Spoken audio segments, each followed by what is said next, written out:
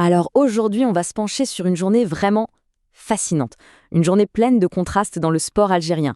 D'un côté, on a la performance juste incroyable, brillante d'une athlète, et de l'autre, les hauts et les bas d'un championnat de foot qui, comme toujours, nous réserve pas mal de surprises.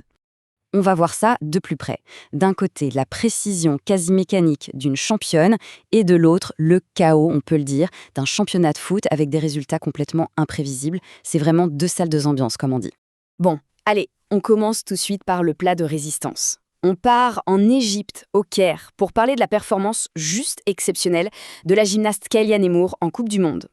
Alors, au cœur de sa routine aux barres asymétriques, il y a ce chiffre, 6.6. C'est sa note de difficulté. Et pour bien comprendre, 6.6, c'est énorme. Ça la met directement dans une catégorie à part, tout en haut, avec l'élite mondiale. Et c'est justement ça, la clé. Ce niveau de difficulté si élevé, c'est ce qui lui a permis non seulement de viser l'or, mais d'aller le chercher. Mais alors là où ça devient vraiment fou, c'est qu'elle a réussi à gagner, malgré une chute. Oui, une chute pendant sa performance. Son entraîneur Nadia Massé l'a expliqué, apparemment sur le tout premier élément, elle a pris un peu trop de vitesse. Du coup, pas le choix, elle a dû descendre de la barre et, en gros, tout recommencer. Remporter la victoire après ça, franchement, ça montre un mental d'acier. Résultat des courses ? Eh bien, avec cette victoire, elle cumule maintenant 72 points. Et là, on ne parle plus de consolider sa première place au classement de la Coupe du Monde. Non, elle s'installe carrément en patronne, c'est la leader incontestée. Et c'est ça qui illustre parfaitement ce qu'on appelle la précision d'un champion.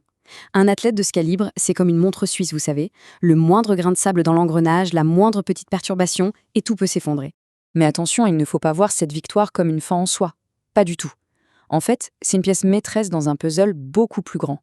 Un plan sur 2 ans, qui a un seul et unique objectif, l'or olympique à Los Angeles. Chaque Coupe du Monde, c'est une étape de plus sur cette route. Allez, on quitte les gymnases pour les terrains de foot. Et on va voir que ce fameux contraste entre la précision et l'erreur, il était aussi bien présent dans le championnat algérien ce week-end. Et quelle journée! On a eu de tout. Le leader du championnat, le MC Alger, qui se fait surprendre et qui perd. L'USM Alger qui enchaîne une 3e défaite de suite. Et à côté de ça, on a une équipe qui a déroulé un véritable festival de buts. Bref, une journée complètement folle. Alors, zoom sur l'USM Alger. Là, la situation commence à être un peu tendue. Perdre contre l'AS Ouchlef, ça fait 3 défaites de suite en championnat. On peut commencer à parler d'une petite crise là. Et l'entraîneur ne mâche pas ses mots.